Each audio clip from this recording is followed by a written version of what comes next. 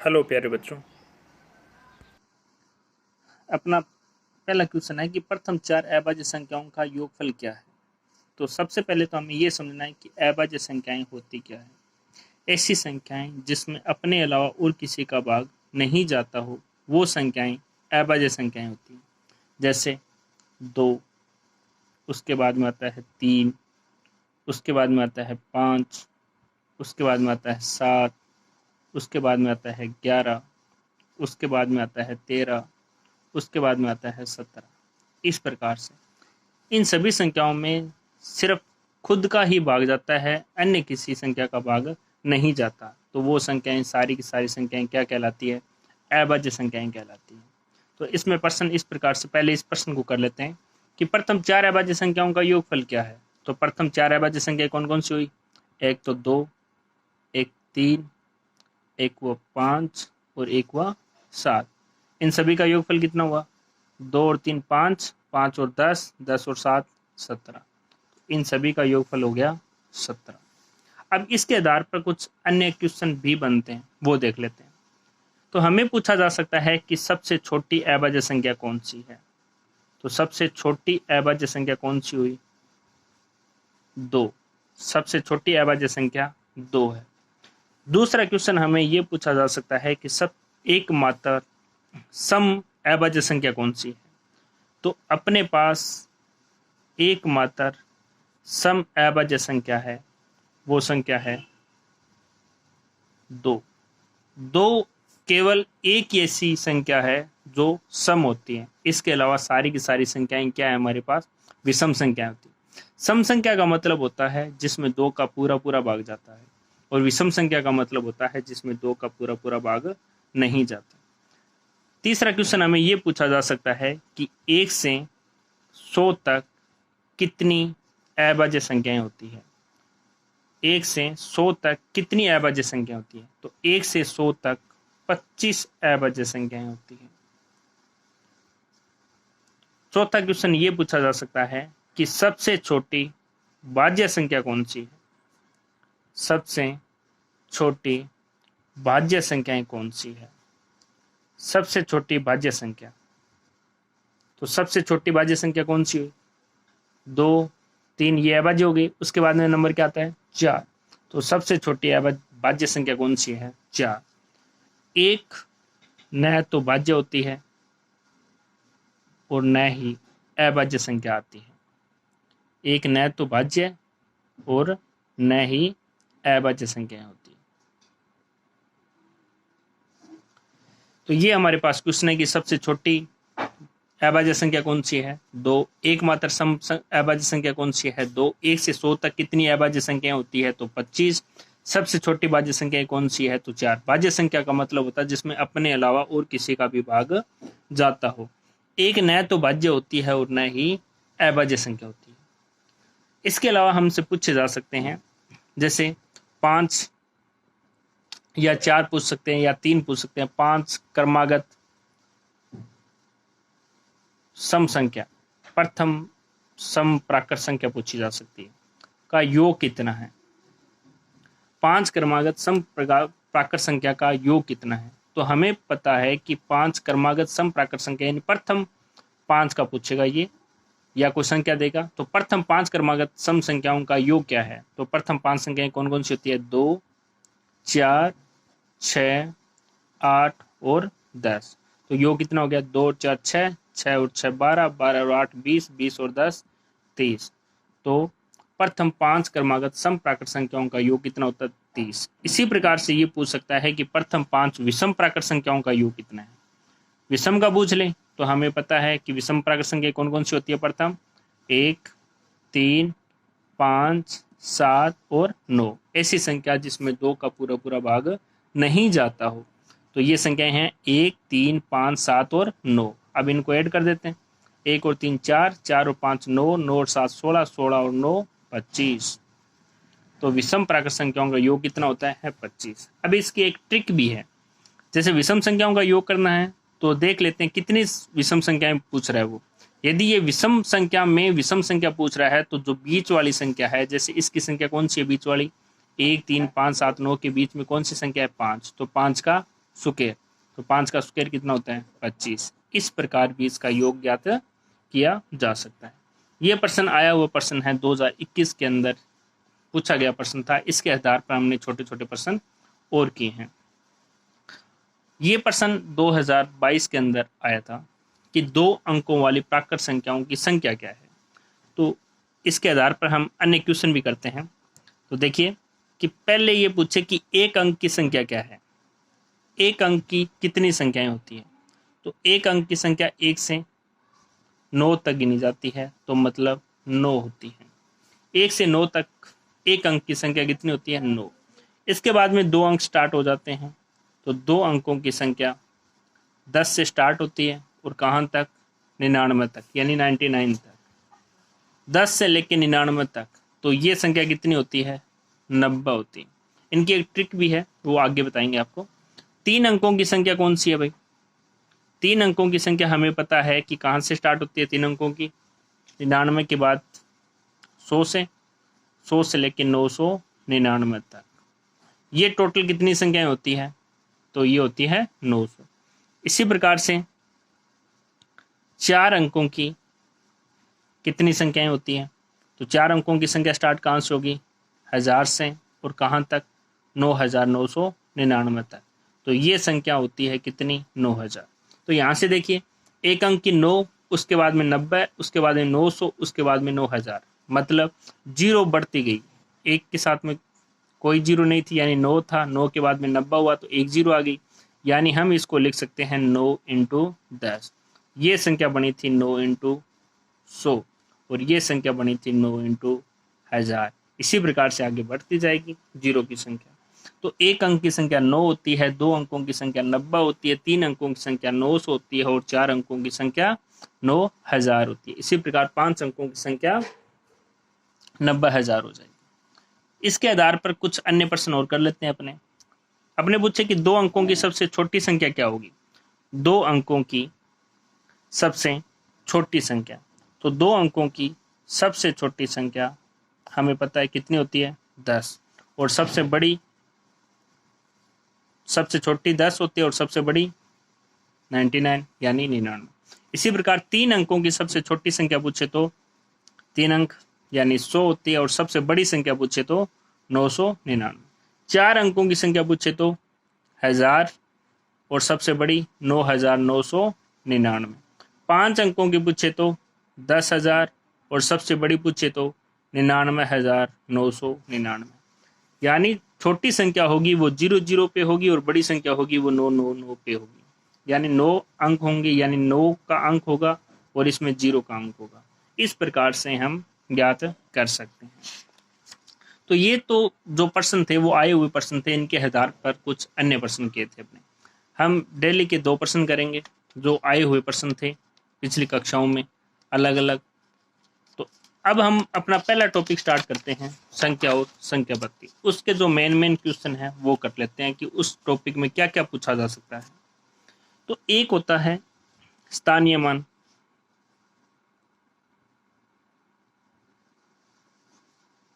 और एक होता है जातीय मान।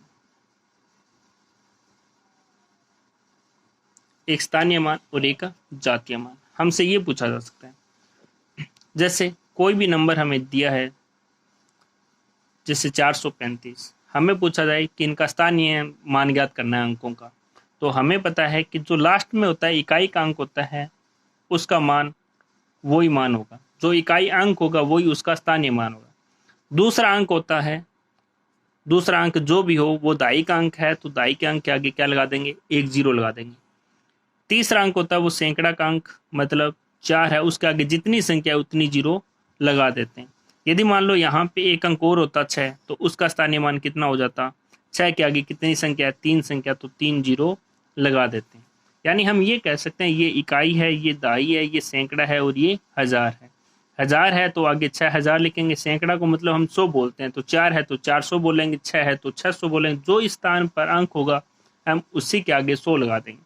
ये संख्या जो भी होगी उसके आगे मल्टीप्लाई 10 करते हैं, यानी गुणा में 10 करते हैं, तो यानी 1 ही 0 लगाना है। दाई का अंक का मतलब 10 से लेकर 99 तक की संख्या, तो 3 के आगे 30, 4 आ गया तो 40 हो जाता, 5 आ जाता 50 हो जाता, और लास्ट का अंक कुछ भी हो तो कितना हो जाता, 5 ही हो जाता। जैसे इस पे एक और पूछा जा सकता है, जैसे हमें पूछ लिया जाए 5 4 0 और 3 8, ऐसे पूछ लिया तो 8 का स्थानीय मान तो कितना हो जाएगा, 8 ही हो जाता है। 3 का, 3 के आगे कितनी संख्या, एक संख्या, तो 30 हो जाएगा। 0 का, 0 के आगे कितनी संख्या, मल्टीप्लाई 100 करते हैं तो 0 को किसी से भी मल्टीप्लाई करें कितना आता है, 0। तो हम यहाँ पे ये ध्यान रख सकते हैं कि जहाँ 0 होगा उसका स्थानीय मान पूछे तो हमेशा ही कितना आता है, 0 ही आता है, चाहे वो किसी भी स्थान पे हो। 4 का पूछे तो 4 के आगे कितनी संख्या है, 1 2 और 3, तो 3 0 आ जाएगी। इसी प्रकार से 5 का पूछे तो 5 के आगे कितनी संख्या है, 4 संख्या, तो 4 0 आ जाएगी, यानी 50,000। इकाई, दहाई, सैकड़ा, हजार, 10,000, लाख, 10 लाख, ऐसे हम संख्याओं को पढ़ते हैं। इसी प्रकार से उनके स्थानीय मान होते हैं।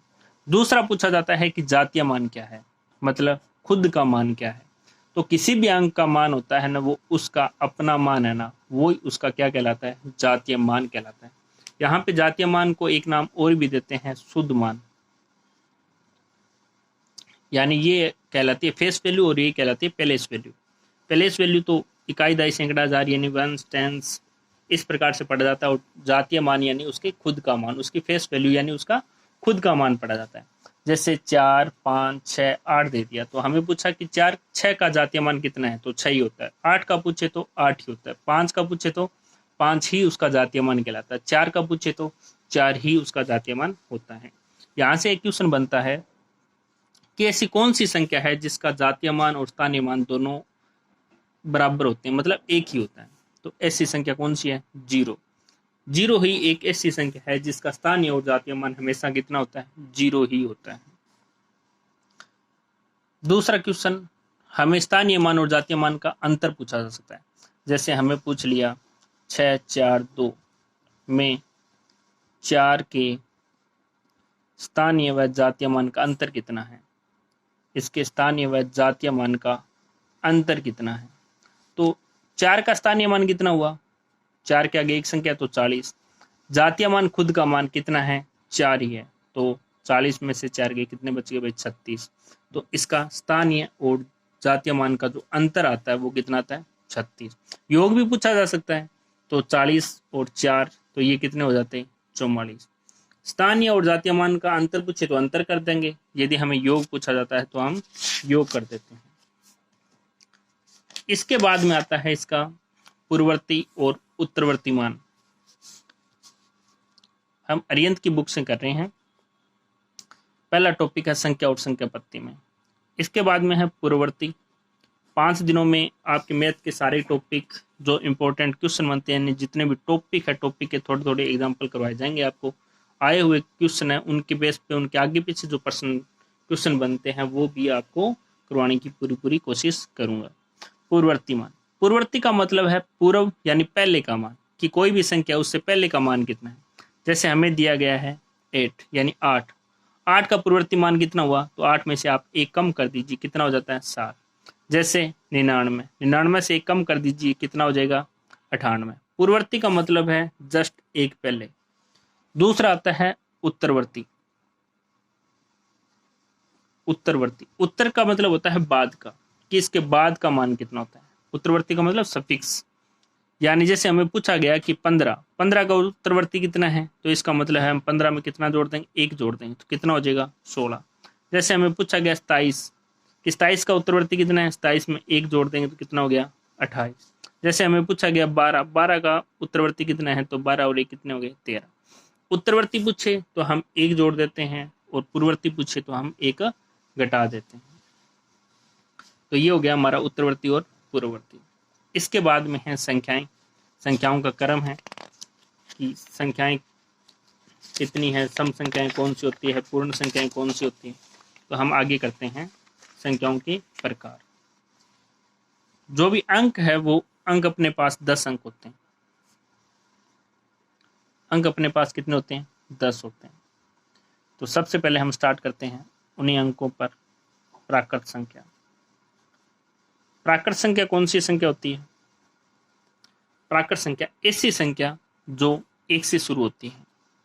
1 से शुरू होकर अनंत तक चले तो वो संख्या कौन सी होती है? प्राकृत संख्या। प्राकृत संख्या यानी जो गिनी जाती है, गिनने योग्य जो संख्याएं होती है ना, वो संख्याएं क्या होती है? प्राकृत संख्या। उसके बाद में आती है पूर्ण संख्या। पूर्ण संख्याएं यानी जो संख्या शून्य से स्टार्ट हो, यानी 0 से शुरू हो, यानी जो संख्या 0 से शुरू होकर अनंत तक चलती है वो संख्या क्या कहलाती है? पूर्ण संख्या कहलाती है। यानी संख्या स्टार्ट कहाँ से हुई? 0 से स्टार्ट हुई, कहाँ पर गई? अनंत तक गई, यानी 0 1 2 3। यानी प्राकृत संख्या में क्या और जुड़ गया? 0 और जुड़ गया। यहाँ पे क्वेश्चन ये बन सकता है कि पूर्ण संख्या, क्या सभी पूर्ण संख्या प्राकृत संख्या होती है? तो नहीं, क्योंकि सभी पूर्ण संख्याओं में 0 आता है जबकि प्राकृत संख्या में 0 नहीं आता। तो सभी पूर्ण संख्याएं प्राकृत संख्याएं नहीं होती, लेकिन सभी प्राकृत संख्याएं पूर्ण संख्याएं होती है। उसके बाद में आता है भाज्य संख्या। भाज्य संख्या, भाज्य संख्या ऐसी संख्या जिसमें अपने अलावा भी और किसी का भाग जाए, वो संख्या कौन सी होती है? भाज्य संख्या होती है। जैसे 4, एक न तो भाज्य होती है और न ही अभाज्य होती है, क्योंकि एक को मल्टीप्लाई भी कर सकते हैं और एक को किसी से भी डिवाइड कर सकते हैं। भाज्य संख्या जैसे 4, 6, 4 में 2 का भी जाता है ना, अपने अलावा और किसी का भाग जाता है वो संख्या। 6 में 2 का भी जाता है, 3 का भी भाग जाता है। इस प्रकार से 8 हो गई, 9 हो गई, 10 हो गई, इस प्रकार से संख्याएं चले ना, वो संख्याएं सारी की सारी क्या होती है? भाज्य संख्या। सबसे छोटी भाज्य संख्या कौन सी होती है? सबसे छोटी भाज्य संख्या 4 होती है। इसके बाद में आती है अभाज्य संख्या। अभाज्य संख्या ऐसी संख्या जिसमें अपने अलावा और किसी का भाग नहीं जाता हो, वो संख्याएं कौन सी होती है? अभाज्य संख्याएं होती है। जैसे 2, 3, 5, 7, 11, 13, 17, 19, इस प्रकार से संख्याएं चले जिसमें अपने अलावा और किसी का भाग नहीं जाता हो, वो सारी की सारी संख्याएं कौन सी होती है? अभाज्य संख्याएं होती है। सबसे छोटी अभाज्य संख्या 2। प्रथम विषम अभाज्य संख्या, तो उसका आंसर कितना आ जाएगा? 3 आ जाएगा। एकमात्र सम अभाज्य संख्या 2। ठीक है, एकमात्र सम अभाज्य संख्या पूछे तो 2, सबसे छोटी अभाज्य संख्या पूछे तो 2, और सबसे छोटी विषम अभाज्य संख्या पूछे प्रथम तो वो कौन सी है? 3 है।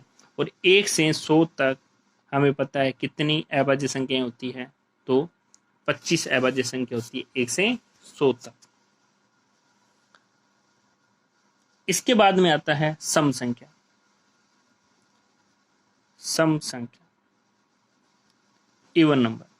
सम संख्या ऐसी संख्या जिसमें 2 का पूरा पूरा भाग जाता हो, 2 का पूरा पूरा भाग जाता हो। ऐसी संख्या जिसमें 2 का पूरा पूरा भाग जाता हो तो वो संख्या क्या होती है? सम संख्या कहलाती है, यानी इवन नंबर। जैसे 2, 4, 6, 8, ये सारी संख्याएं क्या होती है? सम संख्या होती है। 0 भी एक सम संख्या में ही गिनी जाती है। 0 भी एक सम संख्या होती है। विषम संख्या ऐसी संख्या जिसमें 2 का पूरा पूरा भाग नहीं जाता है, वो संख्या क्या कहलाती है? विषम संख्या। जैसे 1, 3, 5, 7, इस प्रकार की संख्या, क्योंकि इनमें 2 का पूरा पूरा भाग नहीं जाता है तो ये सारी संख्या क्या कहलाएगी? विषम संख्या कहलाती है। अब 0 सम है या विषम है? तो देखिए, हमने यहाँ पे देखा कि 5 से पहले क्या आया? 3 से पहले क्या आया? 1। यानी सम और विषम का कंपैरिजन करें तो क्या आता है? देखो, 8 सम 7 विषम, यानी 6 सम 5 विषम, 4 सम 3 विषम, 2 सम 1 विषम, तो 0 क्या हो जाएगी? सम हो जाएगी। तो इस आधार पर हम कह सकते हैं कि 0 क्या होती है? एक सम संख्या होती है। ये है हमारे संख्या पत्ती के क्वेश्चन।